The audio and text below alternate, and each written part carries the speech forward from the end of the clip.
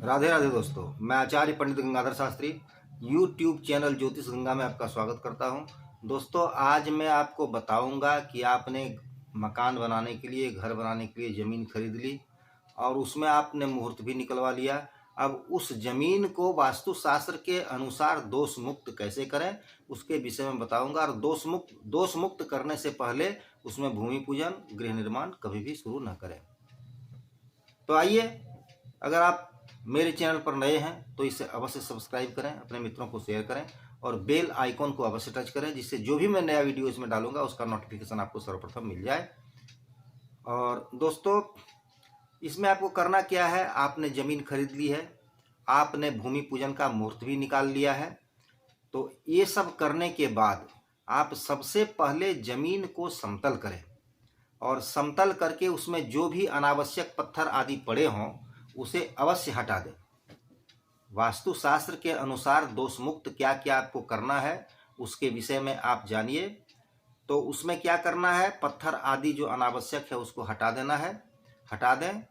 और भूमि पर अगर इधर उधर गड्ढे हों तो उसे अवश्य भर देना चाहिए। गड्ढा रहते हुए ही भूमि पूजन नहीं कराना चाहिए।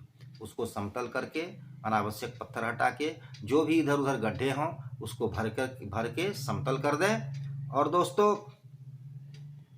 अगर कटीले पेड़ पौधे आपके ज़मीन में हैं, जैसे बेर का पेड़ हो या फिर बबूल का पेड़ हो, इन सभी चीज़ों को आप जड़ से समूल नष्ट कर दें। उसको रहने नहीं दें। भूमि पूजन से पहले ही सब नष्ट करके और उसको शुद्ध कर लें। भूमि को शुद्ध करें, उसे उखाड़ कर फेंक दें। और यदि बबूल का पेड़ हो वास्तु भूमि में तो उसे जड़ से समूल उखाड़ कर नष्ट कर देना चाहिए। यह बहुत ही खराब होता है बबूल का पेड़, तो उसे नष्ट कर दें और भूमि पूजन करवाएं। और क्या क्या करना है, अगर बबूल के पेड़ को आप रहते ही भूमि में और भूमि पूजन करा लेंगे तो उसमें क्या है कि उसमें बिना वजह आपके काम में बहुत सारी बाधाएं आती रहेंगी। घर बनाने में बहुत सारी बाधाएं आती रहेंगी और पैसे की बर्बादी भी होती रहेगी। वास्तु भूमि के ईशान कोण तथा आग्नेय कोण में अगर मलबे पड़े हों, कूड़ा कचरा पड़ा हुआ हो, तो उसे भी सुंदर रूप से उसकी सफाई कर दें। उसको वहाँ से हटवा देना चाहिए। अगर आपने इसको हटाए बिना भूमि पूजन करवा लिया, गृह निर्माण प्रारंभ कर दिया, तो उसमें क्या होगा कि उसमें अचानक बीच में आपको पैसे की तंगी आ जाएगी और घर बनाने में आपको बहुत ही डिस्टर्ब होगा। और दोस्तों, अगर भूमि के मध्य भाग में ब्रह्म स्थान जिसे कहा जाता है उसमें और नैऋत्य कोण में गड्ढे हों तो उसे यथाशीघ्र भरवा दें। उस गड्ढे को रहने ना दें, उसे तुरंत उसको भरवाएं।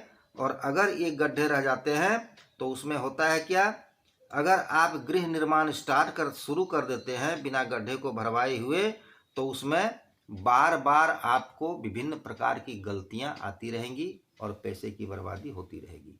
कभी कुछ हो गया, कभी कुछ हो गया, ये सही नहीं हुआ, वो सही नहीं हुआ, इस तरह की बातें होती रहेंगी और आपके पैसे की बर्बादी होती रहेगी। इसलिए नैऋत्य कोण के गड्ढे और मध्य भाग के गड्ढे को अवश्य भरवा देंगे भूमि पूजन कराने से पहले।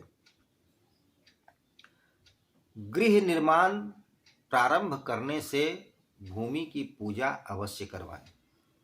यह वास्तु देवता है और पूजा का मतलब है जो इनको स्मरण करके, इनकी पूजा करके इनसे हम आदेश लेते हैं कि हे प्रभु, मैं आपके ऊपर अपना मकान बनाऊंगा, आप प्रसन्न होकर मुझे आदेश दीजिए और मुझे किसी भी तरह की बाधा ना हो गृह निर्माण में, और निर्माण के बाद भी किसी प्रकार का कष्ट नहीं हो।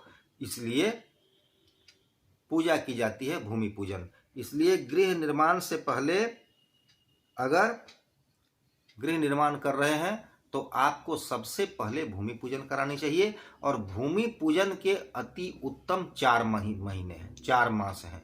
कौन कौन है?